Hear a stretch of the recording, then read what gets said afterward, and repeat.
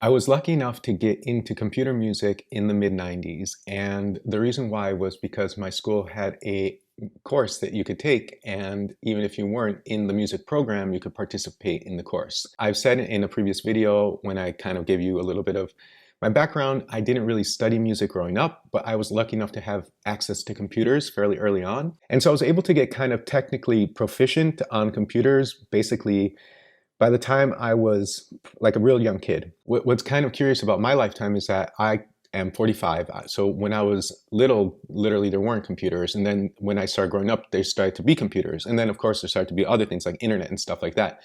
But in the mid 90s, when I was in high school, we started to get computers that were able to do also more complex things. And basically what happened is like the computer programming part of the high school or whatever, the computer class, also start to offer classes in music making on the computer. And these were Windows computers in the mid 90s, I want to say like 94, 95, 96, those like that, about that time. And what was cool was like this was the first time that Cubase was able to be also on a Windows computer, because up to that point it was on Atari computers. And since these were computers that were being used for multiple things, there was finally a computer that was able to handle a music program, but then all the other things that they were doing in music in computer class. Basically, mid 90s, I get access to computer music, and I have this whole background with the computer. So for me, the whole idea of an MPC and all that was something that was happening at the same time, but I wasn't so connected to.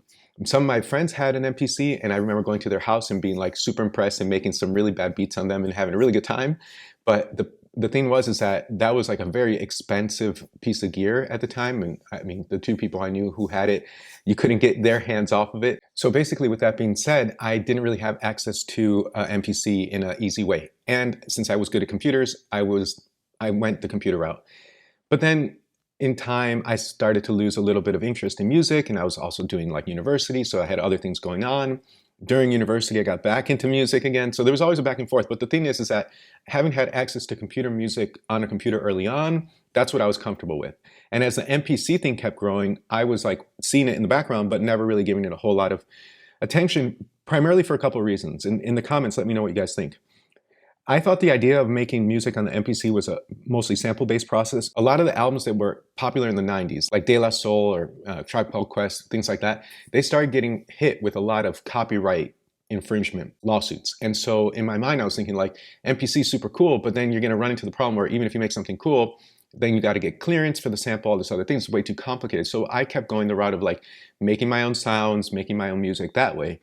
And in a way, it's kind of funny because as this is all developed on the computer, it's gotten so easy to make music that like it's lost a little bit of the appeal, because I can make a beat in 2 seconds. I mean, I'll just do this for you guys to see it. I mean, literally, by the time 8:07, okay?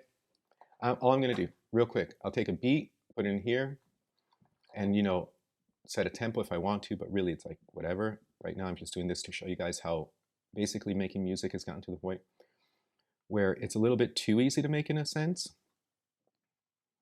And I know this is going to be formulaic. The point is that it's formulaic. I'm explaining to you how basically over time programs have gotten to the point where they do a lot of things for you that used to need musical capabilities and now simply don't.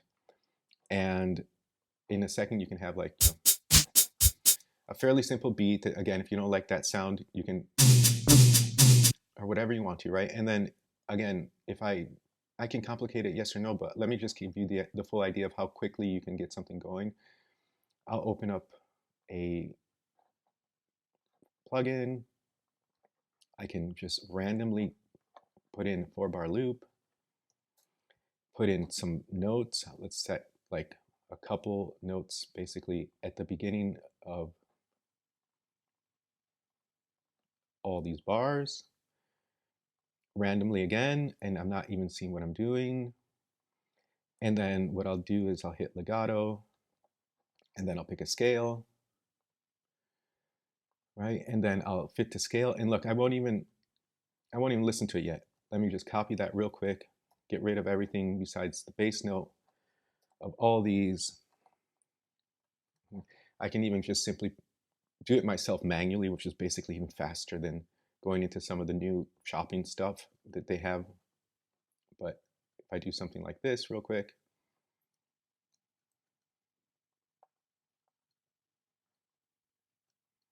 and these are going to be too fast. I can make it slower, but just to give you the idea. Vapor keys is not a bass instrument. Let me give you a bass instrument for that. Just find a nice whatever sound. Don't even know what that one sounds like. And then, of course, oops, let's lower this about an octave down. Well, it's fairly low. I don't think we need to lower it. Let's hear what that sounds like.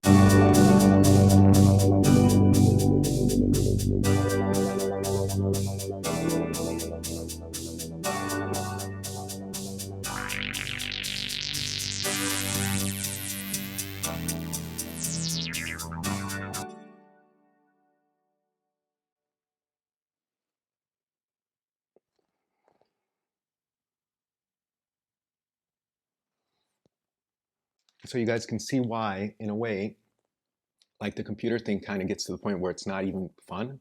And so I was like, okay, I want to get some fun back in my stuff. So I started thinking about like going DAW-less. And the DAW-less thing, as you can see from other videos I've been doing, I went real DAW-less in the sense of like the first main thing that I got was this Solar 42 that has like no MIDI, and it's hard to tune. It's not hard to tune. It's like complicated to tune. It has 42 oscillators that you can tune. Like it's a beast. And it's cool, but it's completely out of the box. And so then I was like, I need something to tie me somewhat into the box in a way. And so I started looking at different groove boxes or drum machines or whatever. And I stumbled across one that was called Blast Beats. I did a couple videos with that. And I liked it. I think it was really cool. But in a way, it's super highly specific. And it's specific to a sound that I think in a way is limiting to what I want to do. I mean, it's cool. I could probably get maybe make a couple songs or maybe an album with something like that. But then I think I would have gone through it in a way. So then I keep looking around for different groove boxes or anyway, something to give me a percussive element into my music. And I keep not wanting to do it because it's like, oh man, the obvious choice is the MPC. But I'm like, that's like a whole learning curve, a whole new thing. And you know, what about all this? Like, there's a lot of cool new replications of old drum machines that are coming out. Like, there's a new Ling drum, I think, that's coming out now from Behringer. So it looks pretty cool. But I was like, look, if I'm really going to do this, the DAW-less thing, the best probably thing for me is something that's similar to a DAW in a way. And so I bit the bullet and I got the MPC. Now, it's crazy because as you can see from the title, I've been doing this for 30 years and I've never done an MPC. Like, I've never messed around with this stuff, and it's brand new to me. This is a kind of this video serves as kind of a storytelling process, but also for me, a starting point. So maybe I can look back at it and be like, haha, it was so funny, like when you first got it or whatever. But at the same time, it's like a longitudinal story that I want to share with you so that we can grow together. And my first impressions, this is kind of like the first impression video, is that I don't know what the hell I was doing for the last 30 years because MPC is sick. Like, of course it's sick. I knew that, but like, I didn't really know how sick it was. And I'm blown away. Like, me and my son were playing with it the other day and it's instantaneous. It's fun. It makes you really kind of get into the feeling of like having fun, you know? And that's what I was missing with the music, the fun part of it. And so this has been a really fun, you know, first experience for me. I wanted to share it with you guys. If you guys are long-term MPC users and you have like tips you want to add, simple things that don't take a lot of space in the comments, or you know, if you guys know some cool channels you want to suggest to me, because I'm new to this whole thing, I'm gonna get into it and I'll be doing videos on it. But if you guys are up on game that I don't know about, please hook me up. I'm totally curious about this stuff. I don't know anything about also if there's like sample packs that you can download that are not the official ones. So I'm gonna look into it and figure it all out. But for today, it's like a 30-year process to get to here.